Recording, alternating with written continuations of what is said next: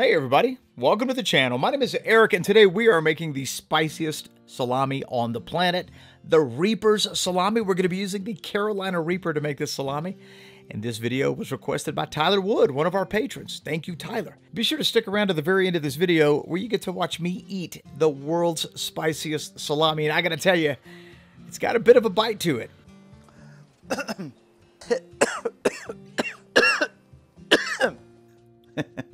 Let's get started.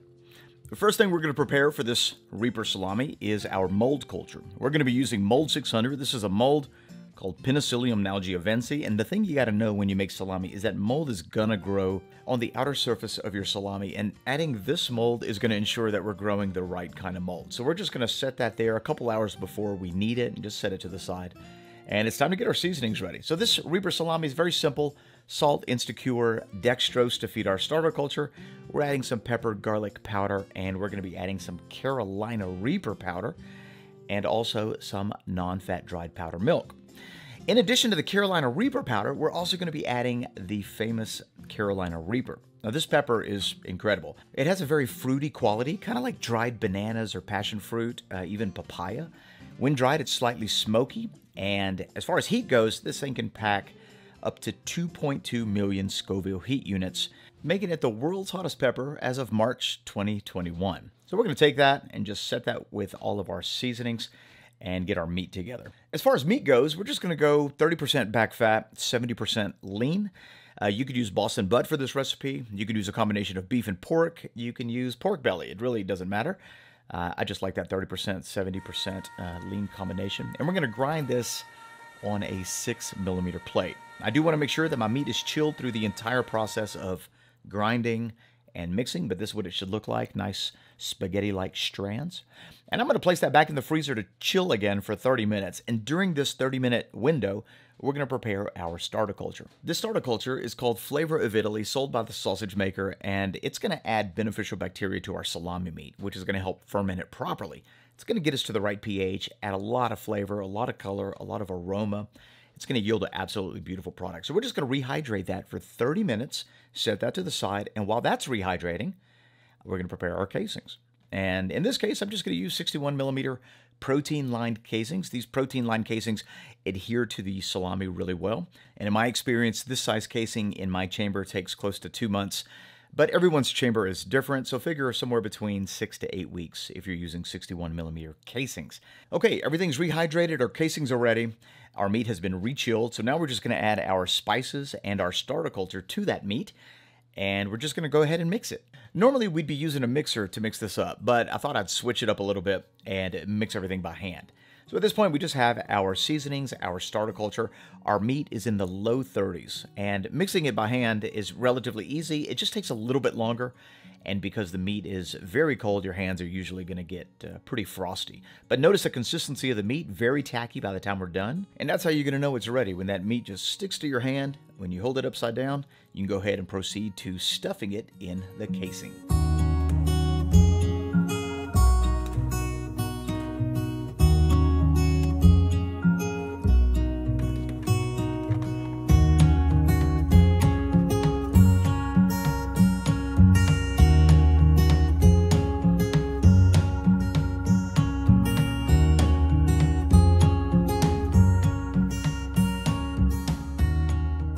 Our salami has been stuffed tightly. We're going to prick it with a sausage pricker. At this point, we're also going to brush it with that mold solution that we prepared at the very beginning. For some reason, I didn't film that. And we're going to weigh it. So I'm going to put my target weight and my actual weight. And this is going to let me know when it's finished. And the last step to making salami before it begins drying is to ferment it. And that's what we're going to do right here. And this is what freaks a lot of people out. So if this is your first time making salami, don't get nervous. This is very easy, especially if you use the starter culture Flavor of Italy. So let me show you what I'm going to do. I've got my salami on a rack that's in a tray with a little bit of water. And I'm just going to wrap that loosely with some cling film.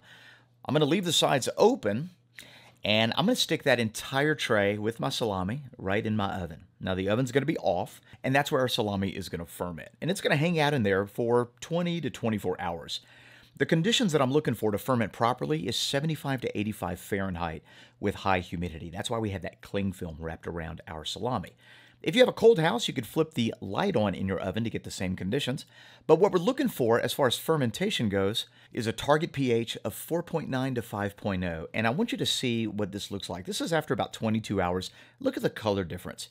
It's already more vibrant. And that's just one of the unique qualities of the Flavor of Italy starter culture. It's going to give you a very nice, vibrant color. This, hands down, is the easiest way to ferment your salami if you're using the Flavor of Italy starter culture. You don't need any complicated fermentation chamber. All right, so now it's time to test our pH. Now, if I'm not within the right range, I'm just going to put it back in the oven and let it ferment longer. But just by pressing on it, I can feel that I'm pretty close. We're using the Apera Instruments pH tester. It's incredibly easy to use. And just poke it right into the meat and read the meter. 4.9 to 5.0, that's my target. And it looks like I'm right there, 4.96. This salami is ready to start drying. So we're going to transfer the salami to a drying chamber where it's going to hang out there until it loses the right amount of moisture. A drying chamber is nothing more than a place where you can control the humidity and the temperature. In my case, I modified a regular refrigerator by adding some controllers, a humidifier, and a dehumidifier. And at the end of this video, I'll post a link to the build for that chamber in the event that you're interested. So here are the parameters for the chamber: 55 degrees Fahrenheit and 80% humidity, and that's it. It's going to hang out in there until you lose 35 to 40% of the weight of your salami. It's now 2 months later, and this is what our salami looks like. It's lost about 39% of its weight. Notice that it's covered in that white mold that we applied at the beginning, Penicillium nalgiavense, an optional but highly recommended mold for your charcuterie. Let's go ahead and cut into this thing and see what it tastes like. So, a couple things you want to look for when you're pulling your salami out of the chamber. How does it feel? When you give your salami a squeeze, it should feel firm throughout, especially if you brought it to 35 or 40%. And when you cut off the tips, your salami should be evenly dried. There should be no ring around the edges or any dried looking bits. And this has to do with how you stuffed it and the conditions inside your drying chamber, which can be incredibly challenging for the home producer of salami. So don't worry about that. I've got a video coming out. It's going to help you dial in your drying chamber. You're going to be making perfect salami just like this every time. Look at that, from edge to edge, perfectly dried. Another thing to look for is how the casing adhered to the salami meat itself. So this in part has to do with the casing, and it also has to do with how you mixed it. The casing should be well adhered to the salami with no unwanted mold growth underneath. So a lot of questions that we get deal with how do you store your salami. Well, if you're going to store your salami, I would suggest not slicing it first. You could remove the casing and remove the mold from your salami. I would also give it like a vinegar or wine rinse, place it in a vacuum seal bag, take all the air out of it, and pop it into your fridge. You could keep it there for up to 4 months. You can also freeze your salami, but the quality is going to diminish a little bit, and I think I'm going to make a video dedicated to that particular topic. So here we go.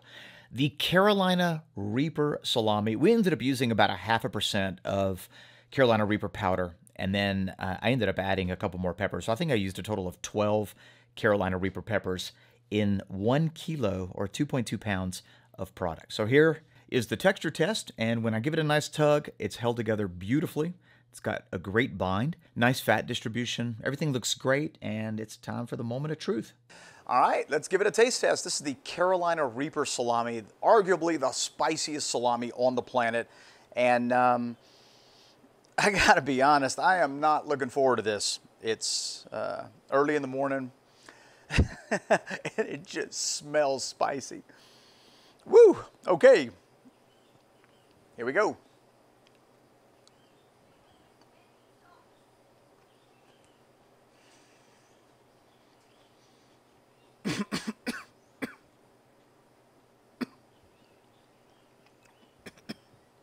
Wow.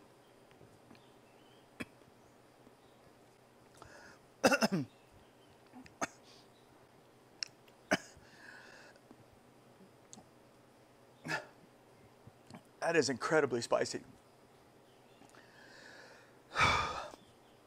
This pepper just billows spice. And it continues to build and build. It comes in waves. The salami flavor, on point, no question about it. But that fruity, spicy quality that Carolina Reaper is known for is so overwhelming that that's kind of all you're getting. Honestly, I can't imagine anyone having this as a salami to enjoy because it is absolutely brutal. Wow, this is incredibly spicy. The endorphins are just rushing right now. We eat a lot of spicy food, and this is still way too spicy for me. Great novelty salami. This will get those folks talking. Next time you bring this to a party, I guarantee you it won't be nothing like it. You can find a link for the recipe of this Reaper salami in the description box below, and I hope you get a chance to make it. If you got any questions, leave them in the comments. Wow, that's spicy. It is getting hot in here. If you got any questions, leave them in the comment section below, and if you got anything out of this video, a great big thumbs up would be helpful. We post new videos each week, so if you're new to this channel, don't forget to subscribe, like, comment, and share. We'll see you in the next one. Bye-bye.